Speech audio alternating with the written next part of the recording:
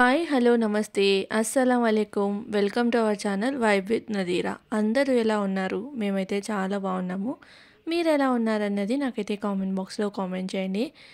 ఇంకా ఈ వ్లాగ్ వచ్చేసి మమ్మీ డాడీ వాళ్ళు ఉన్నారు కదా, సో వాళ్ళతోటి రొటీన్ అనమాట. నా రొటీన్ ఎలా ఉంటుంది అని చెప్పేసి మార్నింగ్ అయితే కామన్గా సేమే ఉంటుంది, పెద్ద డిఫరెన్స్ అయితే ఏమి ఉండదు. లంచ్ బాక్స్ తర్వాత బ్రేక్ఫాస్ట్ ఇదంతా అయితే మార్నింగ్ టీ అయితే పెట్టేశాను అనమాట. ఎందుకంటే డాడీ మమ్మీకి మార్నింగ్ టీ తాగే అలవాటు అయితే ఉంది, నాకు కూడా ఉండేది. కానీ ఇంకా నేనైతే తగ్గించుకున్నాను అనమాట. తగ్గించుకున్నానంటే ఆల్మోస్ట్ స్టాప్ అయిపోయిందిలేండి.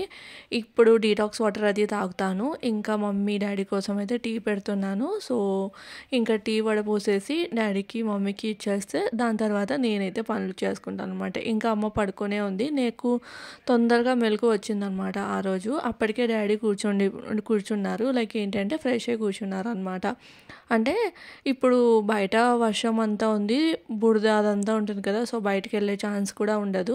సో అందుకని చెప్పేసి ఇంకా అలా మొబైల్ చూస్తూ అలా అయితే కూర్చున్నారు. ఇంకా అంత లోపల నేనైతే లేచి ఫ్రెష్ అయిపోయి ఇక్కడైతే టీ రెడీ చేస్తూ ఉన్నాను.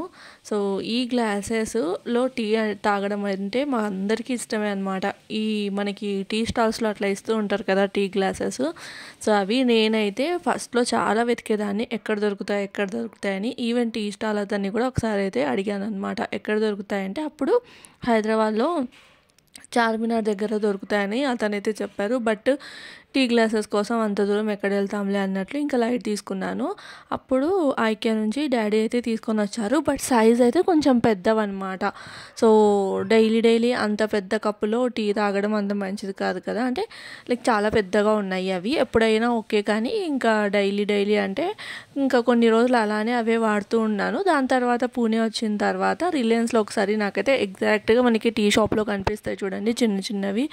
సో అలాంటి గ్లాసెస్ కనిపిస్తే ఇంకా ఆ గ్లాసెస్ అయితే కొన్నాను అనమాట.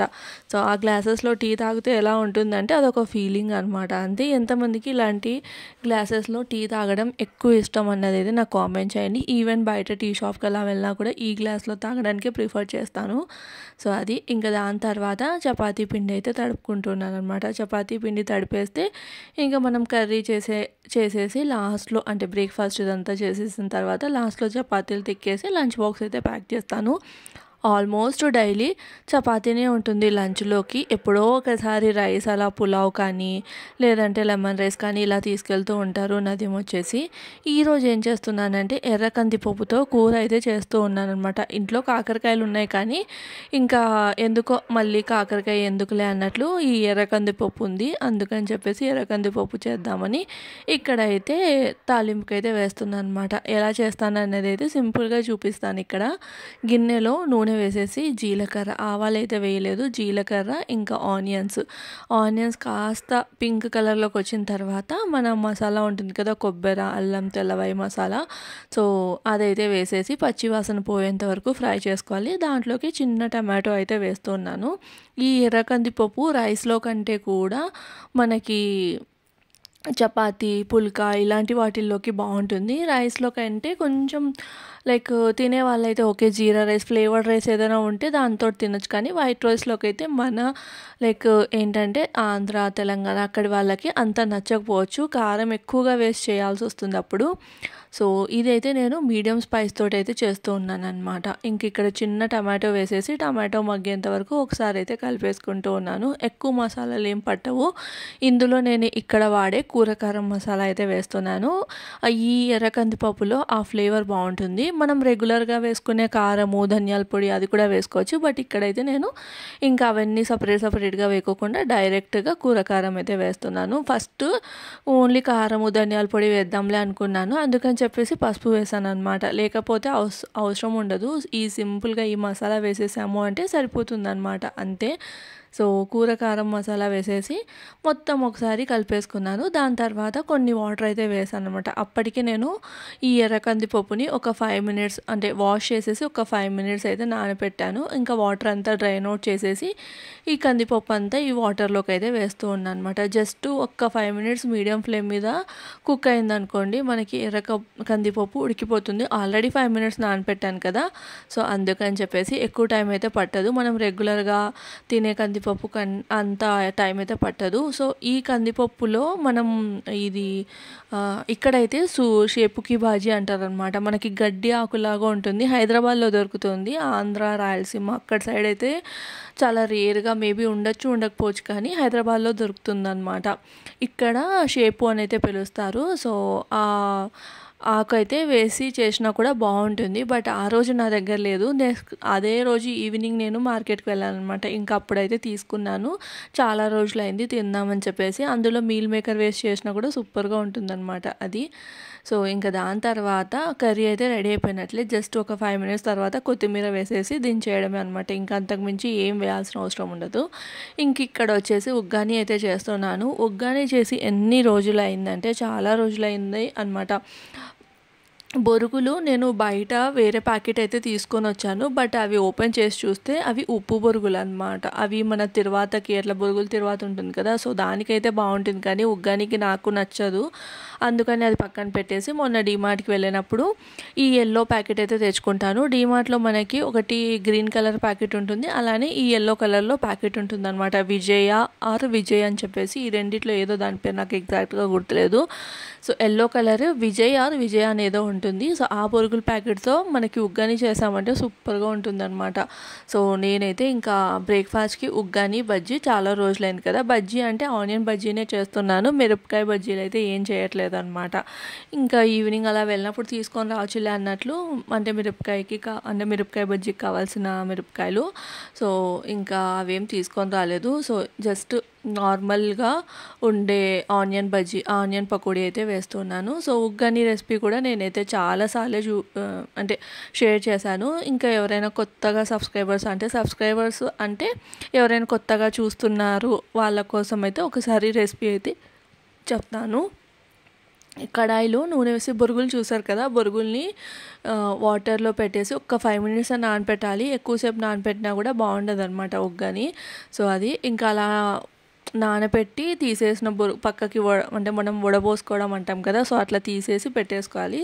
దాని తర్వాత కడాయిలో నూనె వేసి ఆవాలు, జీలకర్ర, నాకు శనగపప్పు వేస్తే నచ్చుతుంది కాబట్టి శనగపప్పు ఇవంతా వేసేసి ఆనియన్, తర్వాత టమాటో, ఇంకా ఇందులో కొబ్బరి, పచ్చిమిర్చి కచ్చాపచ్చాగా దంచి కూడా వేస్తే బాగుంటుంది టేస్ట్. బట్ ఈరోజు మాత్రం నేను ఓన్లీ పచ్చిమిర్చి కచ్చాపచ్చాగా దంచి వేశాను. అయితే ఈ పచ్చిమిరపకాయలు ఎంత కారంగా ఉన్నాయంటే ఒక్క మిరపకాయ వేసినా కూడా చాలా ఘాట్ ఎక్కువగా ఉంది. అంటే డాడీ తాడిపత్రి ఊరు నుంచి అయితే తీసుకొని వచ్చాడు అనమాట. సో ఇంకా అక్కడ ఉన్నా కూడా వేస్ట్ అయిపోతాయి కదా అన్నట్లు ఇంకా ఇలా వస్తూ ఉంటే తీసుకొని వచ్చారు. సో ఎంత కారంగా ఉన్నాయంటే అంత కారంగా ఉన్నాయి. ఫస్ట్ ఇంకా అవే యూజ్ చేస్తున్నాను. అంటే ఇలా తెల్లగా ఉన్న మిరపకాయలు తొందరగా చెడిపోతాయి కదా, అదే నల్లగా చిన్నగా ఉంటాయి చూడండి, అవైతే త్వరగా చెడిపోవు. లైక్ మనది ఇక్కడ పూణేలో అయితే అవే ఎక్కువగా ఉంటాయి. ఈ తెల్ల మిరపకాయలు అనేటివి చాలా తక్కువగా దొరుకుతాయి. ఈ తెల్ల మిరపకాయలతో పప్పు చేస్తే సూపర్గా ఉంటుంది. బట్ మరీ ఇంత కారంగా ఉన్న పచ్చిమిరపకాయలు కాదులేండి, నార్మల్ మిరపకాయలు. సో అది ఉగ్గాని అయితే రెడీ అయిపోయింది. ఇంక ఇక్కడైతే నదీం వరకు ఉల్లిపాయ పకోడీ అయితే వేస్తూ ఉన్నాను. తనకి ఉగ్గానిలో ఈ పకోడీ కాంబినేషనే చాలా నచ్చుతుంది. అప్పుడప్పుడు టైం లేనప్పుడు స్కిప్ చేస్తాను, కానీ ఆల్మోస్ట్ వేయడానికే ట్రై చేస్తాను అనమాట. జస్ట్ ఒక 2 onions కట్ చేసినా కూడా మా ఇద్దరికి ఎక్కువ అవుతాయి.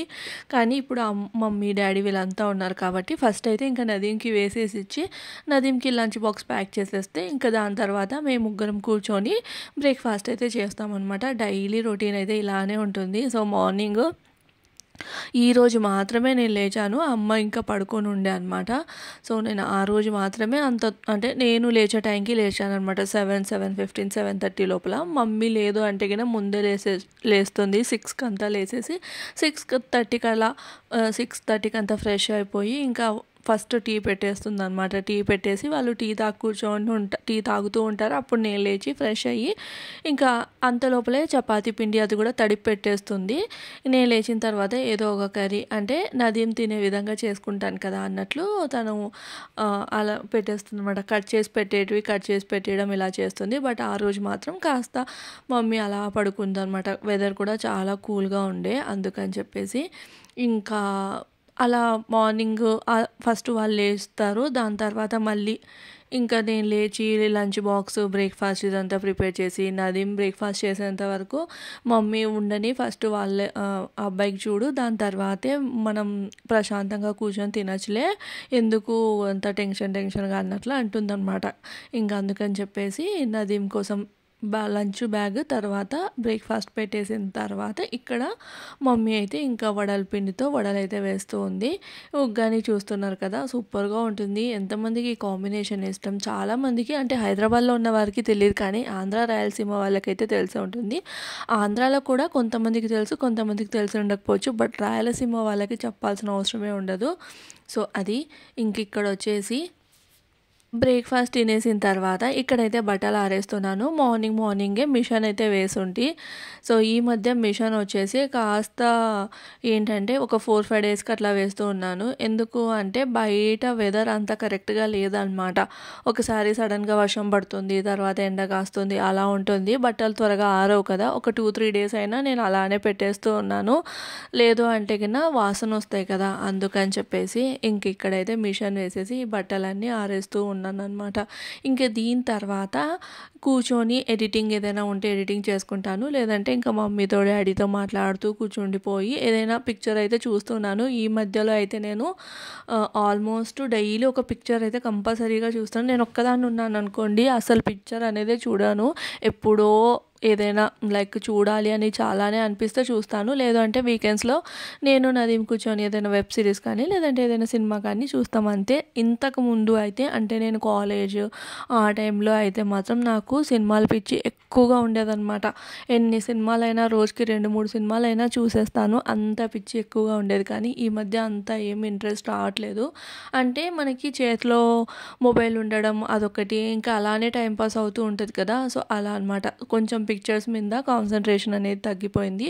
బట్ మమ్మీ డాడీ వచ్చినప్పటి నుంచి రోజు ఒక్క పిక్చర్ అయినా కంపల్సరీగా చూస్తాము. మమ్మీ కూడా నా అలాగే అనమాట, ఇద్దరం కలిసి సినిమాలు చూస్తాము. అండ్ మా ఇద్దరికి ఇష్టమైన కేటగిరీ సినిమాలు ఏంటంటే ఇన్వెస్టిగేషన్ రిలేటెడ్ పిక్చర్స్ ఉంటాయి కదా, సో అలాంటివి అనమాట. సస్పెన్స్ థ్రిల్లర్స్ ఉంటాయి అలాంటివి.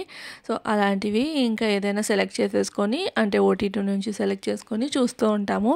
ఇప్పుడు అనిపిస్తుంది ఓటీటీకి కరెక్ట్ న్యాయం ఇప్పుడు జరుగుతుందని. ఓటీటీ పేరుకు మాత్రమే ఉన్నాయి అన్నీ, కానీ ఎప్పుడు చూసిందే లేదనమాట. ఏదైనా కొత్తది వచ్చినప్పుడు తప్ప ఇంకా ఎప్పుడు చూసిందే లేదు. బట్ ఇప్పుడు మాత్రం కంటిన్యూస్గా చూస్తున్నాను. కంటిన్యూస్గా చూస్తూ ఉన్నాం కదా, సో కంటిన్యూస్గా కూడా ఎవరి పిక్చర్స్ చూసాము అంటే అందాల రాక్షస్లో మనకి నవీన్ ఉంటాడు కదా, నవీన్.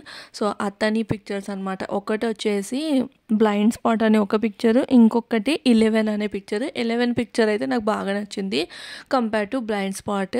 సో ఎవరైనా చూడకపోతే మాత్రం 11 పిక్చర్ అమెజాన్ ప్రైమ్లో ఉంది. సో నాకైతే బాగా నచ్చింది అనమాట. అది యాక్చువల్లీ తమిళ్లోనే షూట్ చేశారు, బట్ మనకి తెలుగు డబ్బింగ్ అయితే ఉంది. సో అప్పుడప్పుడు ఏంటంటే మన తెలుగు వాళ్ళు మాత్రమే అన్ని భాషల పిక్చర్స్ అయితే చూస్తారేమో అన్నట్లయితే నాకు అనిపిస్తూ ఉంటుంది. ఎందుకంటే ఇప్పుడు తమిళ్ పిక్చర్స్ ఎన్నో ఉన్నాయి, బట్ తెలుగులో డబ్ మాత్రం చాలా తక్కువ ఉన్నాయన్నమాట. అలానే హిందీ పిక్చర్స్ అయితే అస్సలు తెలుగులో డబ్ చేయరు, చాలా రేర్గా. మన తెలుగు వాళ్ళు మాత్రం ఏ భాష అయినా సినిమా బాగుంటే ఖచ్చితంగా చూస్తారు. సో ఎంతమంది దీన్ని యాక్సెప్ట్ చేస్తారు అన్నది అయితే నాకు కామెంట్ చేయండి. ఇంకా ఆఫ్టర్నూన్ లంచ్కి అయితే వేడిగా పులగము, ఇంకా శనగకాయల చట్నీ సింపుల్గా, ఇంకా పచ్చి పులుసు అదంతా నేనే వద్దని చెప్పానమాట.